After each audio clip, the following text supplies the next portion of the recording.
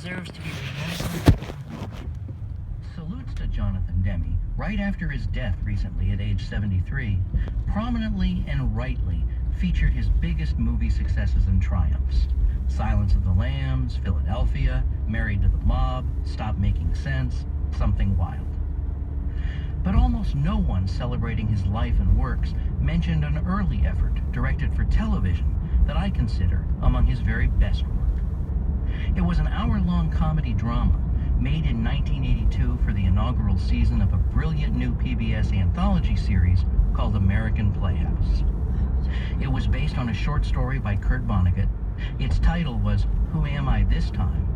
And for 35 years now, I've kept and treasured a copy of it I originally recorded the night it aired on PBS on my Sony Betamax. Yes, it's that old.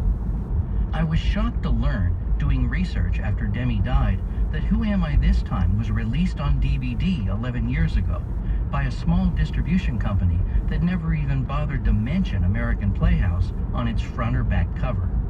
But it's out there to be purchased on Amazon and elsewhere. And like many TV treasures that have become harder to find and trickier to remember, it's well worth seeking out.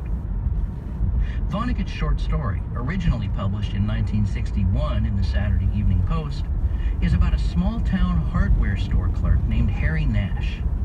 He's as shy and unremarkable as a young man can be. But whenever he plays the leading role at the local community theater production, he becomes as magnetic and talented an actor and as charismatic a man as you could imagine. One day, the theater company's director meets Helene, a new young woman in town, assigned as a temp for 2 months by the phone company, and he invites her to try out for their next play, a production of A Streetcar Named Desire. She does, but she's awful, as shy as Harry, but with no discernible talent.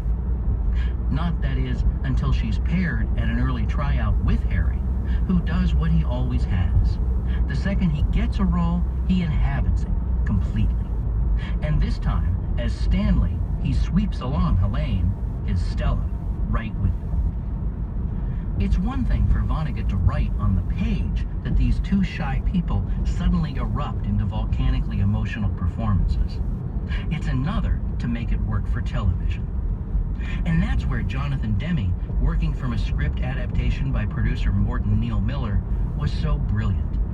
He threw his cameras up close and very personal to catch the remarkable work by two amazingly talented young actors.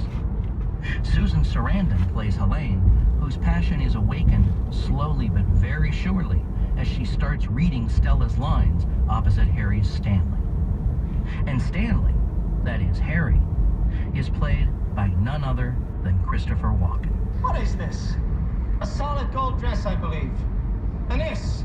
What is these here, fox pieces? Genuine fox fur pieces a half a mile long. No, those are inexpensive summer furs that Blanche has had a long time. I got an acquaintance that deals in this sort of merchandise. I'll have him here to appraise it. I'm willing to bet you there's thousands of dollars invested in this stuff here. Don't be such an idiot, Stan. And this, what is this here? The treasure chest of a pirate? Stanley. Pearls. Ropes of them. What is this sister of yours, a deep-sea diver? Be still, Stanley. And diamonds. The crown for an empress. It's a rhinestone tiara she wore to a costume ball. Are you kidding? I got an acquaintance works in a jewelry store. I'll have him in here to appraise this. Here's our plantation. Or what's left of it here. You have no idea how stupid and horrid you're being. Now close that trunk before she comes out of the bathroom. Now I'm gonna go outside and I want you to come with me while Blanche is getting dressed. Since when you give me orders? Are you gonna stay here and insult her? You're damn tootin' I'm gonna stay here. You are not. You animal. Animal? Yes. I'll teach you. What animal? You!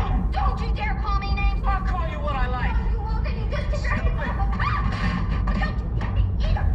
Who Am I This Time is a beautiful love story, and the characters, like the actors, get to portray several classic stage couples. Demme directs it as lightly as a fable, with a very low budget, but a very high level of skill and taste.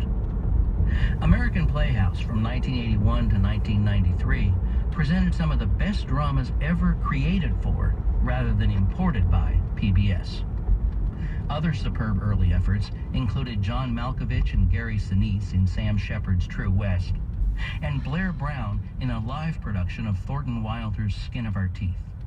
Two other shows I preserved on video, but which have come out subsequently on DVD, packaged without much credit to American Playhouse. And that's too bad.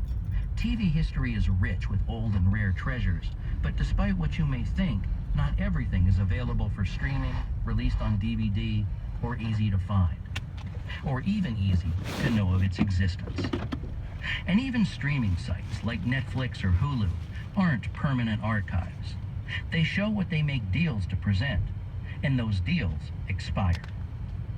And some great series, like St. Elsewhere and Brooklyn Bridge and The Days and Nights of Molly Dodd, have never been released on DVD in their entirety. You have to look for them in syndication on local TV stations, if you can find them at all. Last year, Turner Classic Movies restored and presented a 50-year-old TV production of The Glass Menagerie. It's precisely the sort of respectful and thoughtful archiving of TV's past that we need a lot more of in this confusing, cluttered TV present. The great TV, old as well as new, is out there, but it seems to get harder to identify as well as find. Who Am I This Time is a wonderful place to start.